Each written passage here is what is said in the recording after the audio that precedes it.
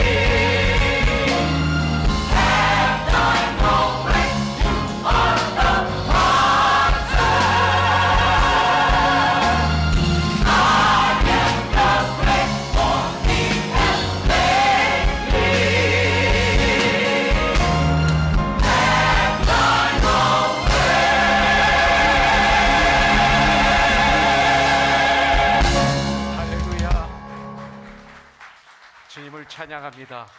사도행전 1장 1절부터 11절까지입니다. 우리 다 같이 일어나서 교독하도록 하겠습니다. 데오빌로여, 내가 먼저 쓴 글에는 무릇 예수께서 행하시며 가르치시기를 시작하신부터 그가 택하신 사도들에게 성령으로 명하시고 승천하신 날까지의 일을 기록하였노라. 그가 고난을 받으신 후에 또한 그들에게 확실한 많은 증거로 친히 살아계심을 나타내사 40일 동안 그들에게 보이시며 하나님 나라의 일을 말씀하시니라. 사도와 함께 모이사 그들에게 분부하여 이르시되 예루살렘을 떠나지 말고 내게서 들은 바 아버지께서 약속하신 것을 기다리라. 요한은 물로 침례를 베풀었으나 너희는 몇 날이 못되어 성령으로 침례를 받으리라 하셨느니라. 그들이 모였을 때에 예수께 여쭈어 이르되 주께서 이스라엘 나라를 회복하심이 이때니까 하니 이르시되 때와 시기는 아버지께서 자기의 권한에 두셨으니 너희가 알 바 아니요 오직 성령이 너희에게 임하시면 너희가 권능을 받고 예루살렘과 온 유대와 사마리아와 땅 끝까지 이르러 내 증인이 되리라 하시니라. 이 말씀을 마치시고 그들이 보는데 올려져 가시니 구름이 그를 가리어 보이지 않게 하더라. 올라가실 때에 제자들이 자세히 하늘을 쳐다보고 있는데 흰옷 입은 두 사람이 그들 곁에 같이 서서 봉독하죠. 이르되 갈릴리 사람들아 어찌하여 서서 하늘을 쳐다보느냐. 너희 가운데서 하늘로 올려지신 이 예수는 하늘로 가심을 본 그대로 오시리라 하였느니라. 이 사도행전은 사도행전, 그렇죠. 액트, 영어로는 액트라고 되어 있지만 우리나라 말로는 사도행전, 사도들의 행전 이렇게 들립니다. 그러나 정확하게는 이 사도행전은 사도들을 통한 성령님의 역사 이렇게 볼 수가 있습니다. 그러나 이렇게만 볼 수 있는 게 아니라 이것을 더 넓게 해석하면 믿음의 사람들을 통한 성령의 역사하심을 기록한 말씀이다. 이렇게 보시면 됩니다. 그리고 이 사도행전은 이방인 의사 누가가 기록했습니다. 그래서 이 누가가 누가복음과 사도행전을 기록했죠. 그렇기 때문에 누가복음과 사도행전을 떨어뜨리면 안 됩니다. 이것을 하나로 봐야 됩니다. 사실은. 그래서 이 누가복음은 어떤 말씀인지 우리가 알아야 되죠. 이 누가복음은 이 땅에서 우리 주님께서 시작하신 일로 기록이 되면서 그 다음에 마지막은 주님의 승천이 마지막 장면으로 끝나는 게 누가복음입니다. 그런데 이 사도행전은 뭐예요? 그 주님의 승천이 시작으로 되고 있습니다. 그러니까 누가복음은 주님의 승천이 마지막인데 이어져서 사도행전에서 주님의 승천으로 시작하고 있어요. 그러면서 예수님께서 그 후에 성령을 통해서 계속하시고 있는 일들을 보여주시고 있는 것이 바로 사도행전입니다. 그리고 지금까지 바로 2000년 전에 기록이 됐지만 이 사도행전은 28장으로 끝나는 것이 아니라 현재 진행형으로 끝나고 있습니다. 그래서 바로 지금까지 성령을 통해서 계속하고 계시는 일들을 보여주고 계신다 이것입니다. 그리고 주님의 재림하시는 그날까지 믿음의 사람들의 행전이다. 이렇게 보면 됩니다. 그렇기 때문에 이 사도행전은 증거라는 단어가 키 단어가 됩니다. 증거라는 단어가 약 30번 이상 여기에 나오고 있습니다. 지금은 바로 구원받은 우리들, 여러분들과 저를 통해서 성령님은 지금도 역사하고 계십니다. 그 예루살렘의 첫 교회를 한번 보시기 바라겠습니다. 예루살렘의 첫 교회, 이 말은 뭐냐면 교회가 바로 사도행전 2장에서 출발하죠. 교회가 시작이 예루살렘에서 시작합니다. 그러니까 오순절날 성령이 불같이 임하셨어요. 그리고 그들이 성령 충만함을 받은 다음 그들을 통해서 구원의 역사가 시작이 됩니다. 그러면서 교회가 출발하는 거예요. 시작이 되는 것입니다. 그래서 교회는 언제? 물론 창세기부터 시작이 되지만 정확하게는 사도행전 2장에서부터 교회는 출발한다. 이렇게 보시면 됩니다. 그리고 구원받은 자들에게는 이제 교회가 시작이 됐는데 그 교회는 구원받은 사람으로서 교회는 출발합니다. 근데 구원받은 사람들을 어떻게 알아요? 구원받으면 성령 충만함을 받으면 일어나는 현상이 있는데 바로 가르침과 친교가 있습니다. 교제를 하는데 이 가르침이 있습니다. 하나님 말씀을 서로도 나누는 거죠. 쉐어하는 거죠. 큐티하시고 난 다음에 여러분들이 쉐어하시는 것처럼 이런 가르침과 친교가 있습니다. 그래서 이런 크리스찬의 가르침과 친교가 있게 되면 일어나는 일이 기적과 표적이 일어나는 것을 볼 수가 있어요. 무엇보다도 우리의 교제를 통해서 우리의 친교를 통해서 우리의 가르침을 통해서 구원의 영광스러운 나날이 계속되었다고 성경은 우리에게 가르쳐주고 있습니다. 성령이 임하시면 일어나는 현상이 바로 이런 것이다 우리에게 가르쳐주고 있죠. 자, 사도행전 2장 47절을 보니까 하나님을 날마다 찬양하매 뭐예요? 예배를 드리는 삶을 날마다 살매 그리스도인의 삶을 살매 이 소리입니다. 온 백성이 그들을 칭송받으니 온 백성으로부터 온 백성에게 칭송을 받으니 주님께서 날마다 믿는 자들을 더하게 하시니라.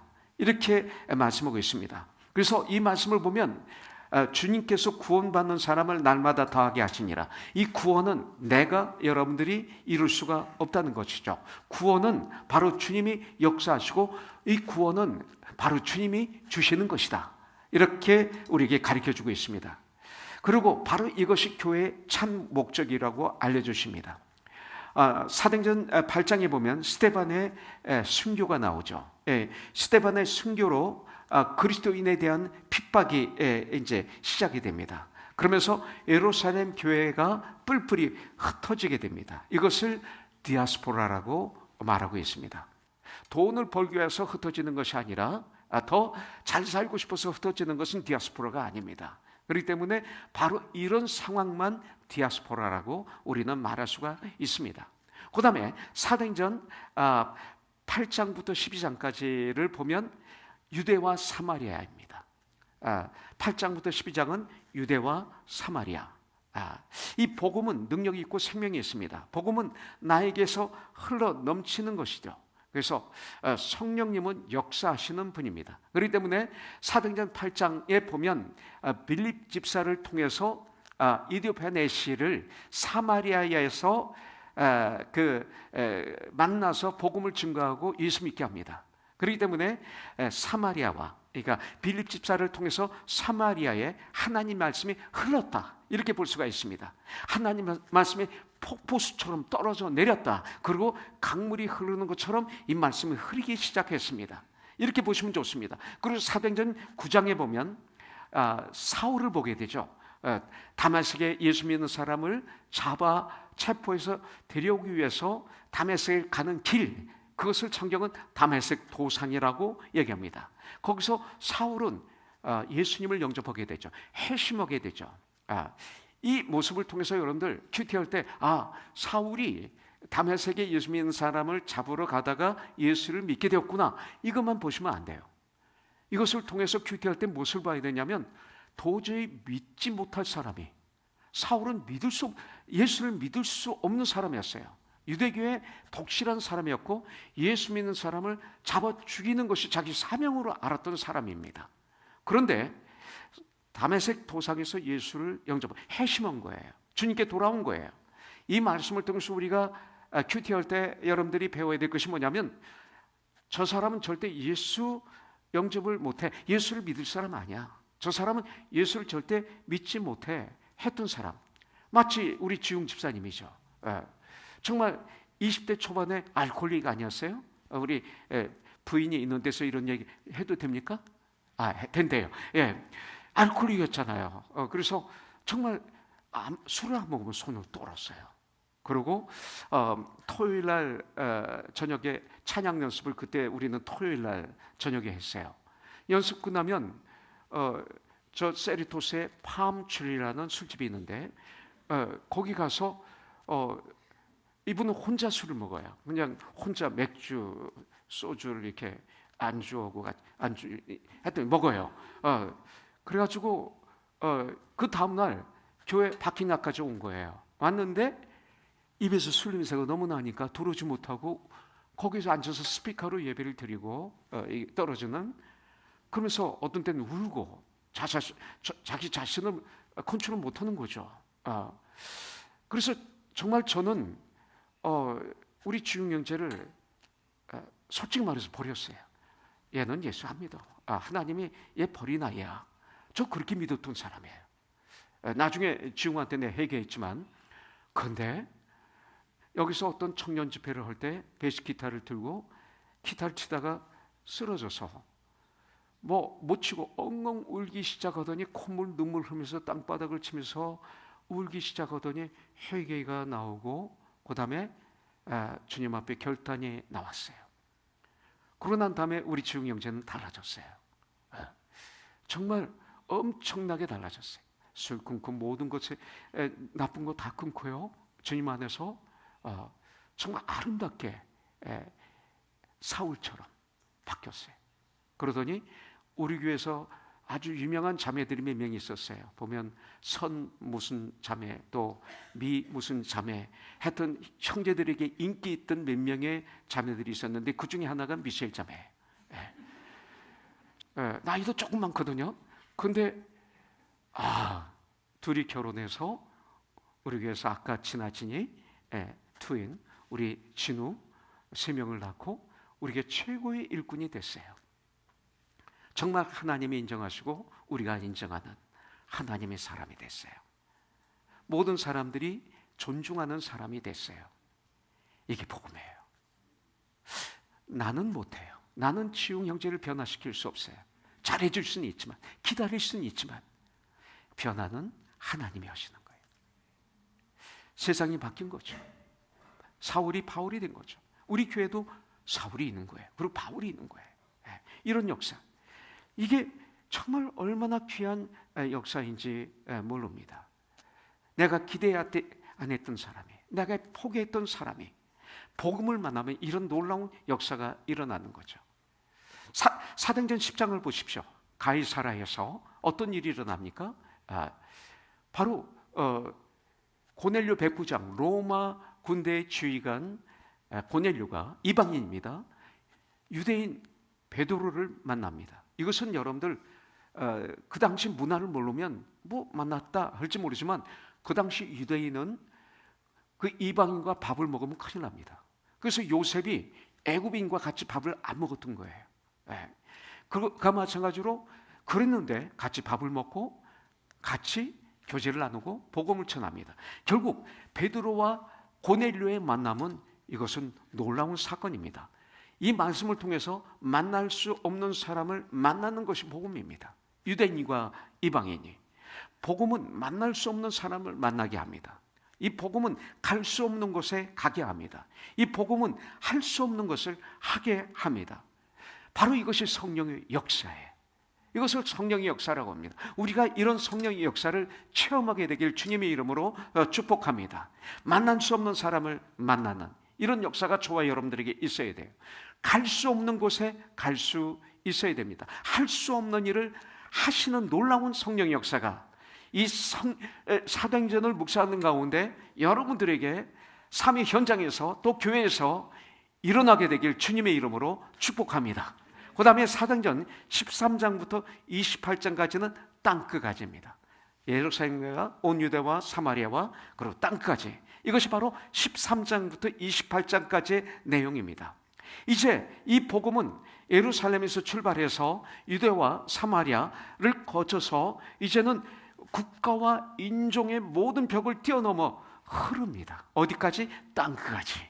이것이 바로 복음입니다. 아까도 말씀드렸지만 누가복음과 이 사도행전은 이방인 의사 누가가 기록한 것입니다. 사도행전은 누가복음의 후편이라고 그랬습니다. 사도행전 1장 1절부터 4절에 보면 데오빌로를 기억하고 계세요? 내가 먼저 쓴 글에는 무릇 예수께서 행하시며 가르치시기를 시작하신부터 2절 그의 택하신 사도들에게 성령으로 명령하시고 승천하신 날까지의 일을 기록하여노라. 이것이 바로 누가복음이에요. 1절 2절에 그가 고난받으신 후에 또한 그들의 확실한 많은 증거로 친히 살아계심을 나타내사 40일 동안 그들에게 보이시며 하나님 나라의 일을 말씀하시니라. 이것이 사도행전의 시작입니다.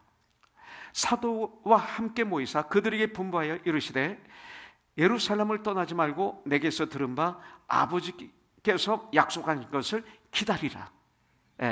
이 사도행전에 두 가지 명령을 40일 동안 예수님이 이 땅에 계시면서 제자들에게 하신 말씀 두 가지를 여기서 우리가 볼 수가 있습니다. 그렇기 때문에 이 누가복음은 예수님이 행하시며 가르치시기를 시작하신부터 사도들에게 성령으로 명령하시고 그리고 승천하시는 날까지의 일을 기록한 것이 누가복음이다, 이렇게 볼 수가 있어요. 그래서 부활하셔서 40일 동안 이제 보이시고 그리고 천국의 일을 말씀하신 것, 이거 사도행전의 출발이다. 이 머릿속에 좀 넣어놓으시면 좋습니다. 우리가 그리스도인이라면 사도행전은 정확하게 알아야 돼요. 그래서 성경에는 4라는 숫자가 참 많이 나옵니다. 4라는 숫자가 우리나라는 4라는 숫자가 관식형제 좋은 숫자예요? 나쁜 숫자예요? 아주 나쁜 숫자예요. 동양은 4라는 숫자를 나쁘게 얘기합니다. 중국이나 한국이나 다. 왜냐하면 죽을 사자라 그래서 이 사자를 아주 좋아하지 않지만 성경은 아주 귀한 숫자가 4라는 숫자입니다. 노아의 홍수가 40일 동안 있었습니다. 비가 내리는 것이 40일이었죠. 1년 동안 갔지만 비가 40일 동안 내렸습니다. 모세가 12명의 정탐꾼을 가나안에 보냈죠. 이스라엘 백성의 12지파의 리더들을 보낸 겁니다. 그래서 며칠 동안 정탐했어요? 40일 동안 했다고 그럽니다. 모세가 광야에서 이스라엘 백성들을 인도한 날짜가 40년입니다. 40년 동안 광야에서 이스라엘 백성들을 인도했습니다. 그 다음에 모세가 시내산에서 하나님과 대면해서 있었는데 밥을 먹지 않고 물도 마시지 않고 며칠 동안 40일 동안 머물면서 거기서 십계명을 받는 모습을 보게 됩니다. 골리앗 장군이 이스라엘 백성들을 조롱했어요. 며칠 동안? 40일 동안이라고 성경에 나오고 있습니다. 40일 동안. 엘리야가 40일을 걸어서 호렙산에 도착합니다. 그래서 하나님을 만나게 됩니다. 하나님을 만난 일을 보게 됩니다. 요나가 하나님을 명령을 받죠. 뭐예요? 40일이 지나면 니느웨가 무너지리라 외치라고 명령하십니다. 그래서 40일입니다. 에스겔 선지자가 오른쪽으로 며칠 동안 누워 있어요? 40일 동안 누워 있었던 일이 여기 나옵니다. 우리 주님이 40일 동안 음식도 먹지 않고 물도 마시지 않고 40일 동안 금식하고 그러고 이제 공생애가 시작이 됩니다. 우리 교회가 첫 예배를 드린 지 정확하게 딱 4년 만에 이 건물을 주셨습니다. 우리 교회 얘기를 제가 왜 하지? 그렇습니다. 근데 우리 교회가 이 건물로 들어와서 전화번호를 신청했는데 전화번호가 뭐예요? 310-530-4040. 전 기분이 좋더라고요. 우연이지만 기분이 좋더라고요. 4040. 저희 일을 한번 들어볼까요? 제가 가수였잖아요. 근데 이 대마초 사건으로 서대문 구치소에 수감이 됐어요. 근데 저 대마초 안 했어요. 그러니까 그 수감이 됐는데 1979년 12월 3일 날 새벽에 체포되어서 고문받고 그리고 그 신문을 받고 저녁에 수감됐습니다. 그런데 그 후에 정부에서 저희들에게 활동 금지령을 내렸어요. 방송, TV, 쇼, 심지어 교회에서 어디서든지 노래를 할 수 없는 이런 명령을 내렸죠. 해제된 것이 1979년 12월 3일 날 해제가 됐습니다. 새벽에 신문에 딱 하루도 틀리지 않아요. 1975년 12월 3일 날 시작되어서 1979년 12월 3일 날 제가 해제가 되었어요. 제가 이 얘기를 왜 하느냐면 전 그때 이게 해제되는 날 그리고 신학교에 들어와서 공부할 때 이 사건을 그냥 아무 생각 없이 지났는데 이 말씀 40일 4라는 숫자를 가지고 신학교에서 공부를 할 때 소름 끼치도록 이 사건이 떠오르면서 저도 모르게 초순이요. 하나님께서 저에게 그렇게 말씀한 것 같아요. 내가 너를 택했다. You are mine. 너는 내 것이다. You belong to me. 너는 나에게 소유되었다. 이렇게 말씀하시는 거로 막 저에게 신학교에서 막 소름 끼치도록 저에게 와닿은 그 말씀이 바로 이 말씀이었습니다. 특별히 우리 주님이 부활하셔서 40일간 제자들에게 보이시고 그리고 말씀하시고 가르쳐 주시고 승천하셨습니다. 그리고 10일 후에 성령이 임하시죠. 그래서 주님이 부활하셔서 50일 후에 오순절이라고 그러죠. 오순절 날 성령이 임하시는 거죠. 그러니까 40일 동안 부활하셔서 제자들에게 보이시고 말씀하시고 가르쳐 주시고 그리고 승천하셨습니다. 그렇다면 성경에 기록된 이 40일 단위의 일들 가운데 가장 중요한 것 중에 하나가 무엇일까? 나는 예수님이 부활하셔서 40일 동안 이 땅에 계신 일이라고 믿습니다.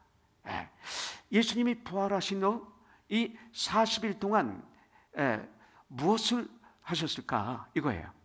가장 귀하게 시간을 사용하시고 이 승천하셨는데 이 40일 동안 우리 주님은 무엇을 하셨을까? 우리들에게 무엇을 명령하셨을까? 이겁니다. 이것이 중요합니다. 부활하시기 전에 하신 말씀이기 때문에 이것은 유언입니다. 그렇다면 3절에 보니까 그가 고난 받으신 후에 또한 그들에게 확실한 많은 증거로 친히 살아계심을 나타내사 40일 동안 그들에게 보이시며 부활하신 걸 보이셨어요. 이게 증인들입니다. 이분들이 한 명이 아니라 고린도전서 15장에 보면 12제자 또 수많은 사람들 그리고 수많은 500여 형제들이라고 그랬어요. 그러면 더 많은 사람들이죠.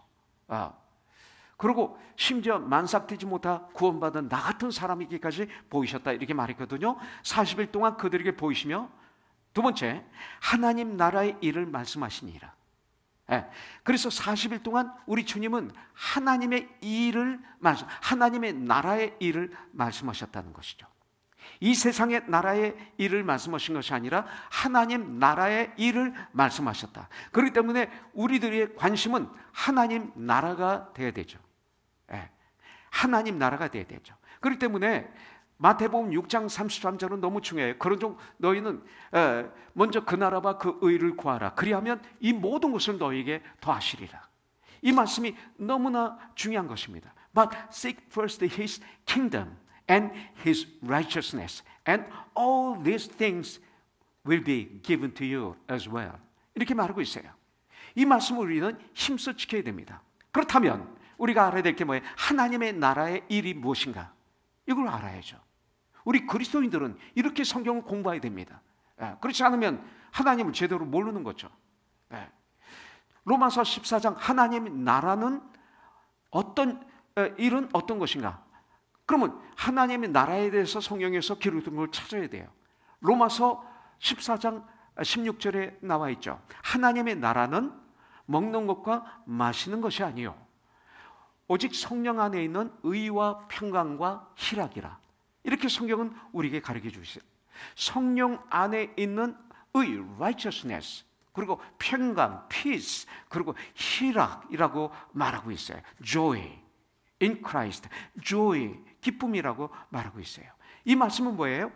성령 안에서 우리가 누리는 정말 그리스도이라면 우리가 누리는 것이 있어야 되잖아요. 누리는 것이 뭐예요? 바로 righteousness, 그 다음 peace, 그 다음에 joy. 이것이 우리가 누리는 것이 이것이 돼야 된다는 거죠. 너희는 이 세상에서 지금 righteousness, peace, joy를 누리며 살 수 있는 권한이 있다. 이 소리입니다. 항상 찌그른 얼굴, 우울한 마음, 슬픈 마음, 고통, 외로움, 고독 여기 빠져 있으면 지옥이죠. 크리스찬이라는 이름은 있지만 삶은 지옥의 삶을 살고 있는 거죠. 이런 삶을 사는 것, 이것이 하나님의 나라다. 우리들이 살고 있는 이 세상을 의와 평강과 희락, 이 기쁨이 넘치는 곳으로 만들어야 된다. 이건 하나님이 만드시는 것이 아니라 하나님은 우리를 통해서 이 땅에서 이 일을 만드시는 것이죠. 이런 삶을 살아야 이게 크리스찬이죠. 멋있는 삶이죠. 이것이 교회죠. 있는 동 마는 동 하는 게 교회입니까? 왔다 갔다 하는 게 교회입니까? 이런 역사가 일어나야 되는 것 아닐까요? 하나님의 나라는 또 하나님이 다스리는 나라를 말씀하십니다. 그렇다면 민주주의는 뭡니까? 주권이 국민들에게 있는 거죠. 이게 민주주의입니다. 그럼 민주주의는 옳고 그름도 다수결로 정하는 게 민주주의입니다. 근데 이 시대 교회 안에 이게 들어온 거죠. 근데 하나님의 나라는 뭐예요? 주권이 하나님에게 있는 나라죠. 한마디로 말씀드려서 하나님의 나라는 성경 말씀으로 다스리는 것이죠. 말씀만이죠.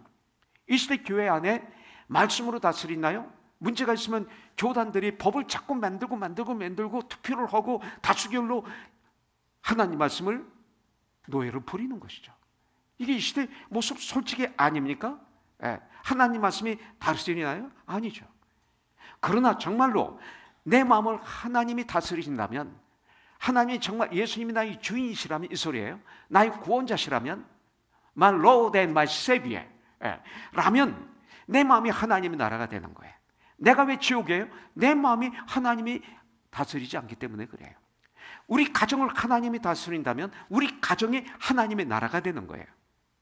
국가가 하나님의 사랑과 하나님의 공유로 넘치는 나라가 되면 바로 그 나라는 하나님의 나라가 되는 것이죠.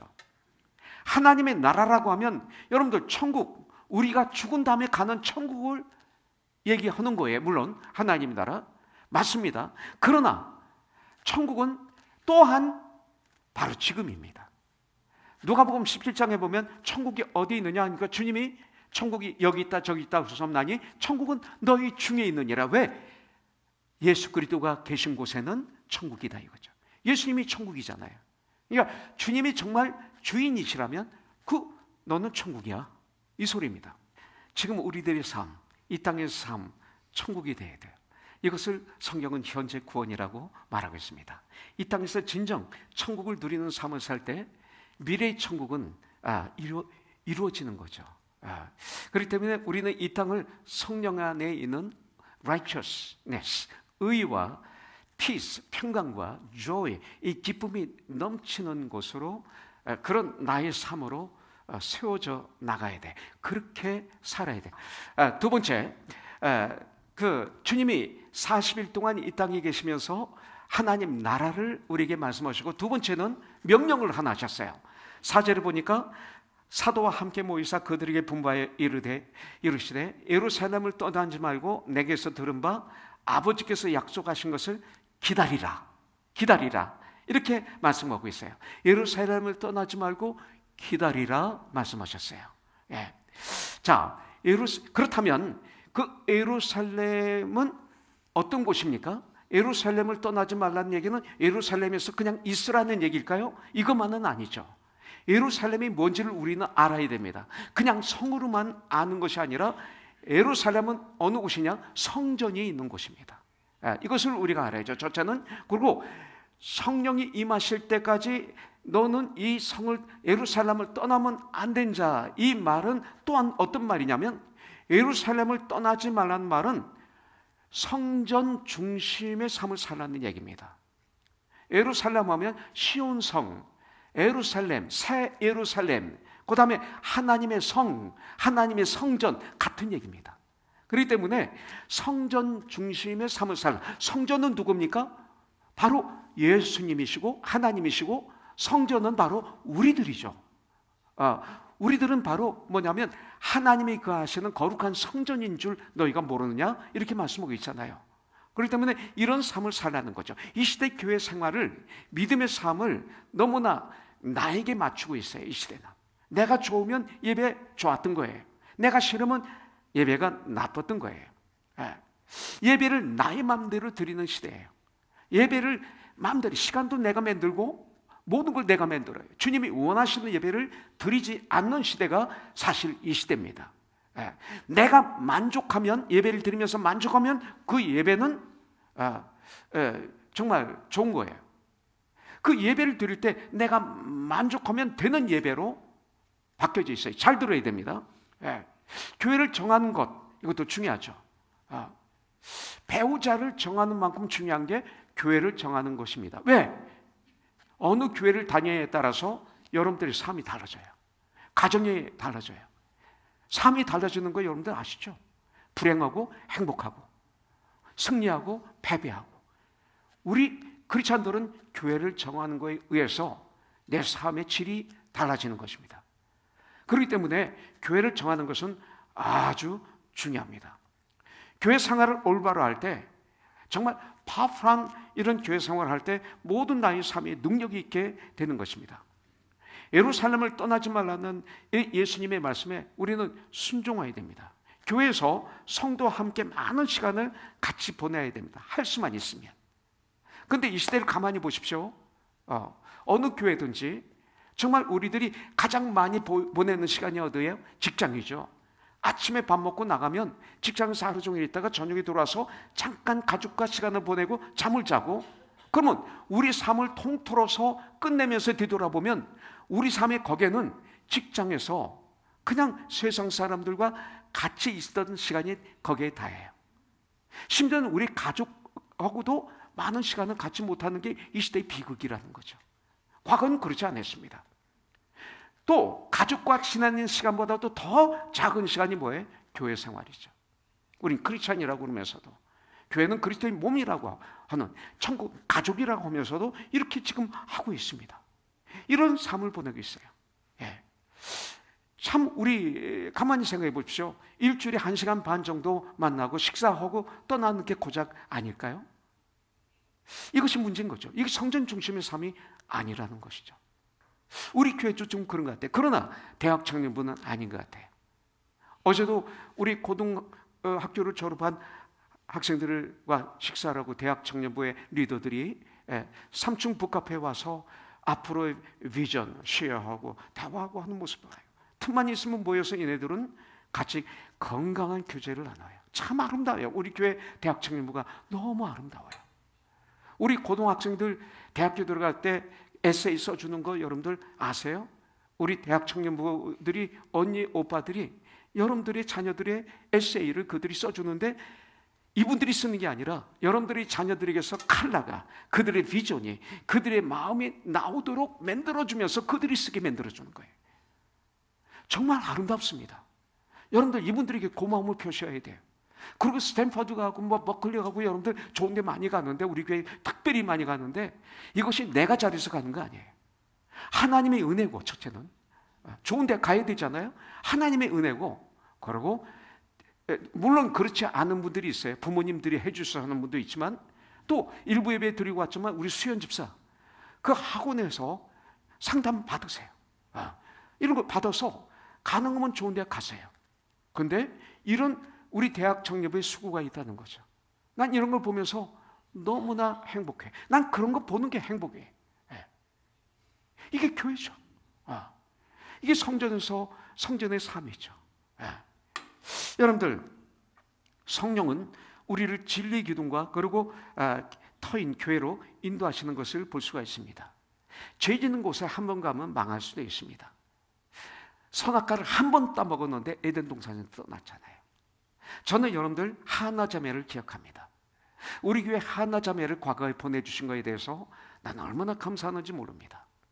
산타바바라에서 3시간, 4시간 걸리는 그곳에서 암에 걸려서 사형 선고를 받고, 이제 마지막으로 한번 교회에 한번 가보고 싶어서 친구 따라서 생전 처음 우리 교회를 방문한 거죠. 그때 마침 우리는 어떤 찬양을 불렀어요? 나 같은 죄인 살리시, 나 같은 죄인 살리시 주의 놀라와, 이것을 우리가 회중 찬양으로 올려드렸어요. 그런데 그 가사에, 그 멜로디에, 여러분들이 부르는 그 찬양의 그 모습에 하나자매는 눈물 콧물을 쏟으면서 막 뛰어들어와서 이 앞자리 제일 앞에 앉아서 끝날 때까지 울면서 예배를 드렸어요. 난 그런 분을 처음 봤어요. 그냥 그날 구원받고 몇 년 동안 남들이 수백 년 신앙생활 한 것만큼 신앙생활을 하고 행복하게 주님 품에 안겼잖아요. 산타바바라에서 매 주일마다 이 교회에 와서 7시간, 8시간 수요예배도 오고,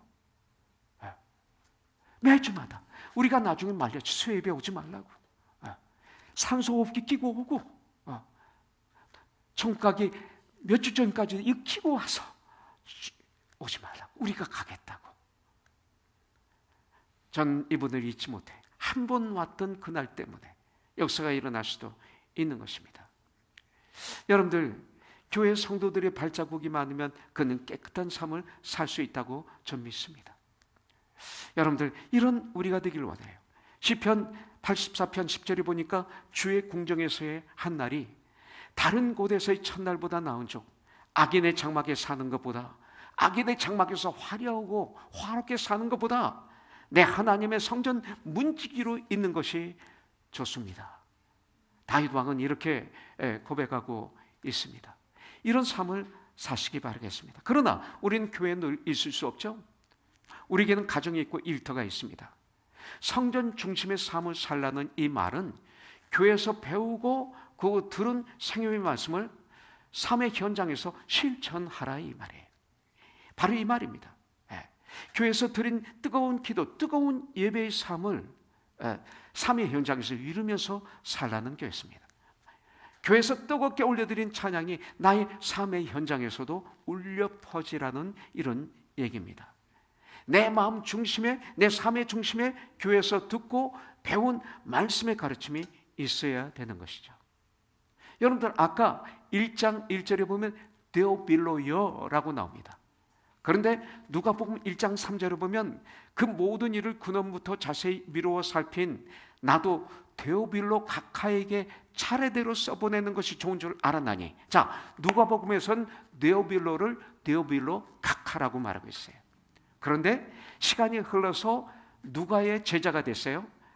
예수님의 제자가 됐어요. 참 그리스도인이 되니까 형제여로 바뀝니다. 각하가 변해서 데오빌로여, 이 소리는 형제여로 바뀌는 거죠.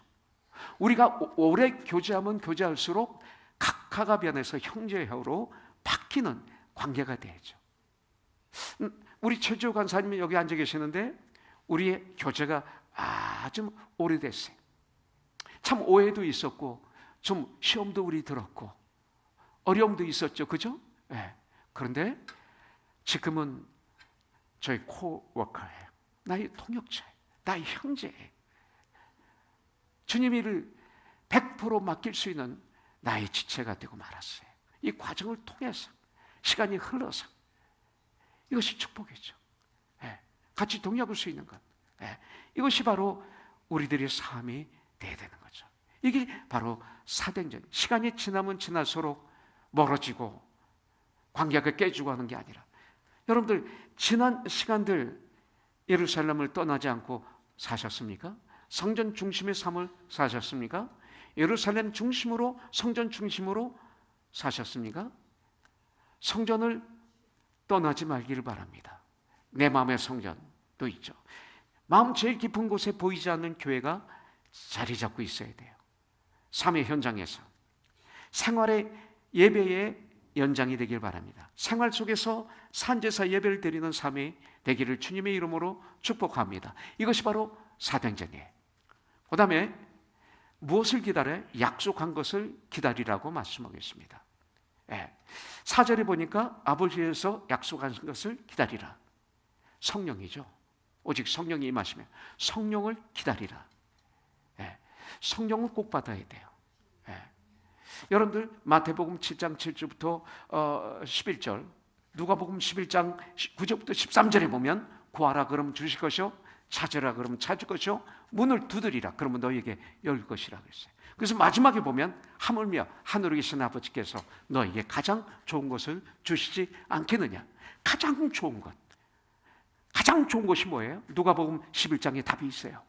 구하라, 찾으라, 두드리라 똑같이 말씀하시고 마지막에 하물며 하늘에 계신 아버지께서 너에게 성령을 주시지 않겠느냐. 구하고 찾고 두드리면 하나님의 시간에 성령의 기름 부으심이 있다는 거죠. 그 다음에 무엇을 기다려야 됩니까? 11절에 이 예수는 하늘로 가심을 본 그대로 다시 오시리라. 여기서 재림이 나와요.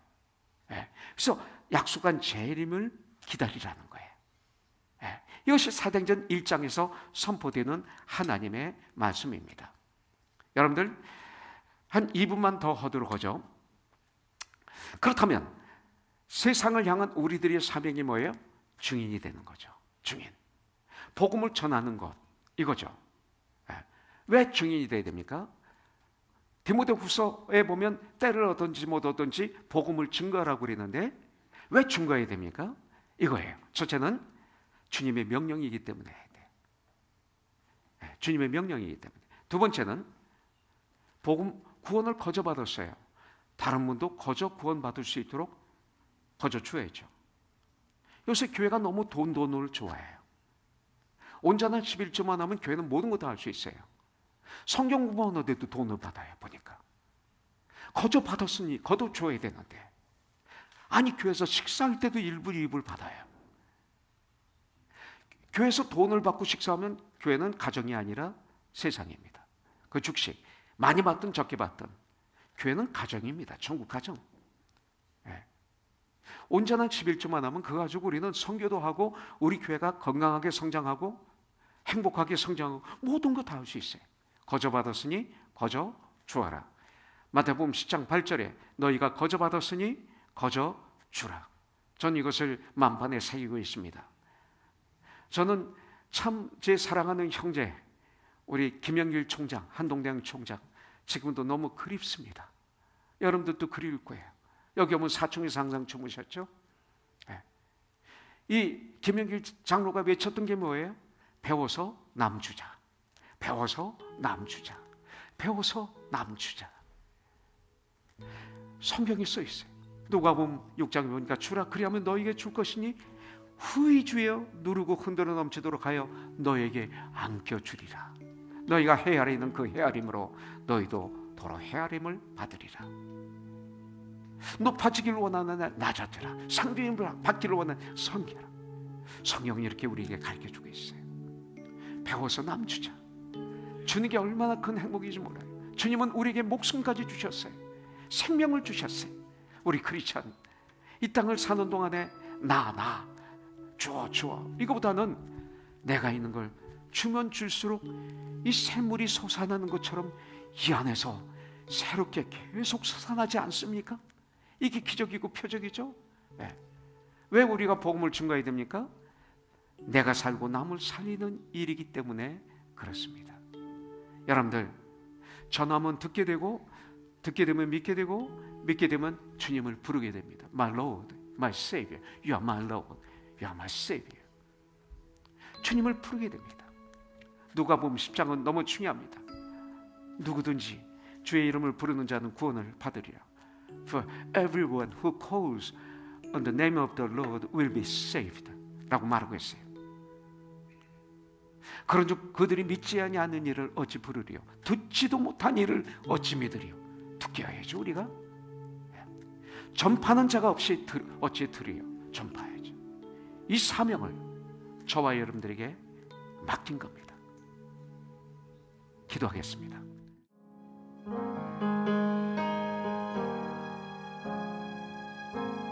우리와 함께 계신 주를 생각해요.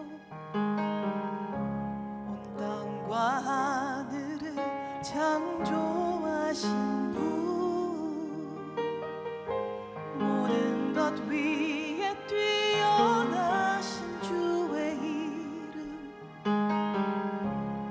해와 달과 별 다 주의 것,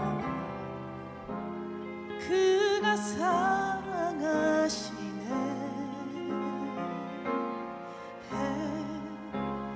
우리 사랑하시네.